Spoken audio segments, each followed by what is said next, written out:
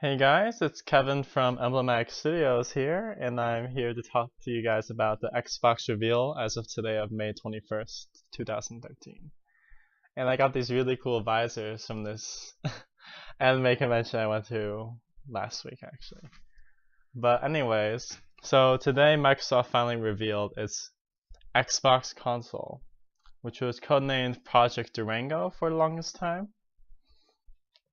And now it has been revealed to be called the Xbox One. Not Xbox Infinity, not Xbox 720, but Xbox One. Yeah, I mean, I wasn't expecting this name really. It sounds like Air Force One to me, but with Xbox in there. And some people have been calling it X1. I mean, it's kind of weird for Xbox to be calling itself One instead of a bigger number than 4 because of PS4. But I guess since it's #1 in sales and everything in the United States, Xbox One's is kind of makes sense because it's all in one console. Like it is a home entertainment system. It has gaming. It has all these different things that you can do on it. So there's one box that can do everything.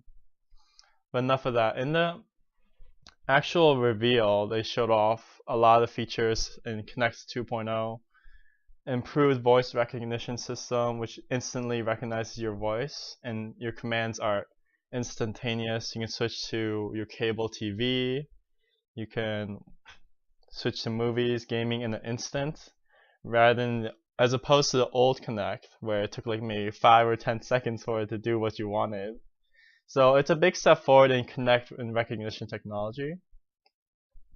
And the most important part of the reveal was that the actual console, controller, and the new Kinect's designs, so their appearances were actually shown in the reveal, not trailer.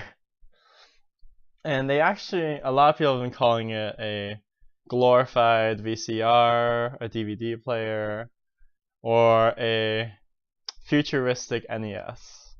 I mean, it's really cool and everything, but I guess people don't like how simplified the Xbox One looks. But it's not necessarily a bad thing. I mean, you can see how much work they put into actually putting the fans on top and on the sides of the consoles rather than on the bottom. Because in the Xbox 360, overheating problems are what caused the red ring of death. And by doing so I'm gonna just take this off for now. It's a little bit bright. But by doing this, they're actually addressing the problem last now of 8 gigabytes of RAM as opposed to 512 megabytes they had on the Xbox 360. And they have 500 gigabytes as a standard model for the Xbox One now. And the Xbox One is now expected to have a Kinect sensor with every single model that's shipped out. So you don't have to worry about buying an extra accessory for your Xbox anymore. So now it's a whole package. So it's all integrated into your television. Now they also showcased some of the new games, one of them being Forza Motorsport 5, which is an Xbox 360 exclusive. And that's expected because Forza is developed by Microsoft Gaming Studios anyways. But the biggest and most groundbreaking news in this entire reveal has gotta be their partnership with EA Sports, which is pretty big. It's an exclusive partnership, and they actually announced that FIFA 14 is going to be developed only for Xbox One. Well, I assume that is for only Xbox One because it's an exclusive for the Xbox One now. I was like, whoa, it's going to cut off all the FIFA fans from the PS4 or something. I mean, I guess we can deal with that, but there's going to be a lot of angry Sony fans. But from what we've seen in the trailers for these games, it looks pretty interesting in how they've been able to advance their technology because of the enhanced capabilities of the Xbox One. And they also showed off a bunch of celebrities and everything, showing like, oh, you have to do a lot of these things to be an athlete, and how they captured it in the game. And it's really amazing how they actually show how they animated the characters and everything inside the game. After that, they announced Halo as a live action television show, a premium television show. And that makes me very happy as a Halo fan because you know how long we've been waiting for. And Halo movie or an official thing that's Halo related. I mean, Master Chief, he's been pretty impatient about this. I mean, come on. I wanted on my own video game for the longest time.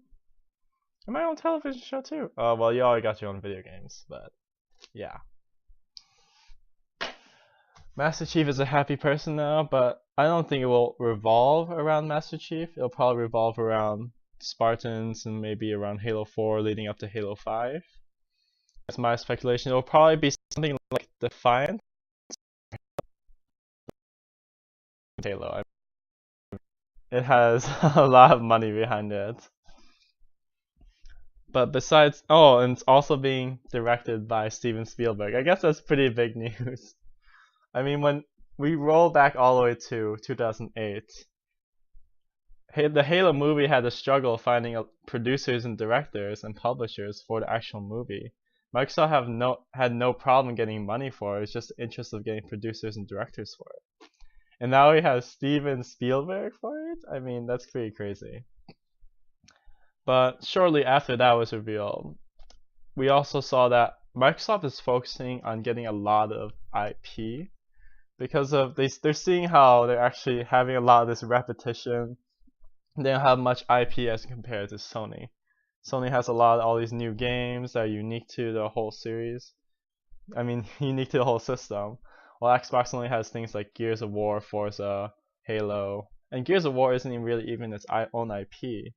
Microsoft just practically pays Epic Games not to do Sony because it's for the Xbox. But I'm glad to hear that they're going to be releasing 15 new IPs for the Xbox One. And, well, I mean, everyone should be happy about new games. I mean, these new developers are starting to develop new things like Destiny by Bungie is a new IP. Well, that's actually owned by Microsoft. There's this one game, Break. It's developed by the developers from Max Payne 3 and everything, but the trailer didn't really show too much. And after all these games were unveiled and everything at the reveal trailer, but this reveal trailer obviously focused on the capabilities of the Xbox One and also the hardware specifics. And yeah, that's about what they covered. And then at the very end, they showed exclusive video coverage of Call of Duty Ghosts. Now, the Call of Duty franchise has come under fire a lot for its repetitive gameplay in some instances, and even the use of their game engines, which look remarkably similar. And I feel like they're actually doing a really good job with Call of Duty Ghosts. I've liked the Call of Duty games for their stories, and their multiplayer is really polished, so I like games that are going out. But nailed the idea of addressing the problems within your game.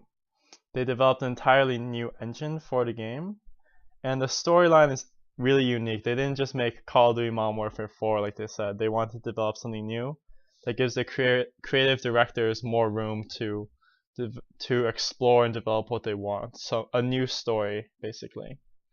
And the exclusive coverage was so much longer than the actual trailer that's been released for Call of Duty Ghosts. And I'm really happy that they did an exclusive trailer for it. And they also did a side-by-side comparison of the previous game's engines from Modern Warfare 3 and the current engine of Call of Duty Ghosts. But to sum it up, in comparison to the Sony PlayStation 4's reveal trailer and Microsoft's reveal event, Microsoft definitely swept the floor with this one because of how they unveiled everything. They gave everyone everything they wanted before it came out. And obviously there's more to come at E3. And I'm not surprised that Sony will probably come back with something just as good later. But we'll just see what they have to offer in the future, basically, when E3 comes around. That means only 19 days until E3. Then we'll finally know more about games. I mean, I would somewhat the point that Xbox didn't really showcase them that it would support. Like, I mean, they have 15 new IPs, but they didn't show 15 games. And like things like Call of Duty, they don't really count as an IP because it's multi-platform. But they did strike an exclusive deal with Call of Duty and Activision to get like DLC, like they do. I mean, Call of Duty fans mostly congregate around the Xbox. I mean, given that there are a lot of PlayStation fans who play Call of Duty, but obviously there are more who play it on the Xbox One, so it made sense for Activision to make that deal with Microsoft. But let me know what you guys think about the Xbox One reveal, and it was nice talking to you guys. Have a nice day.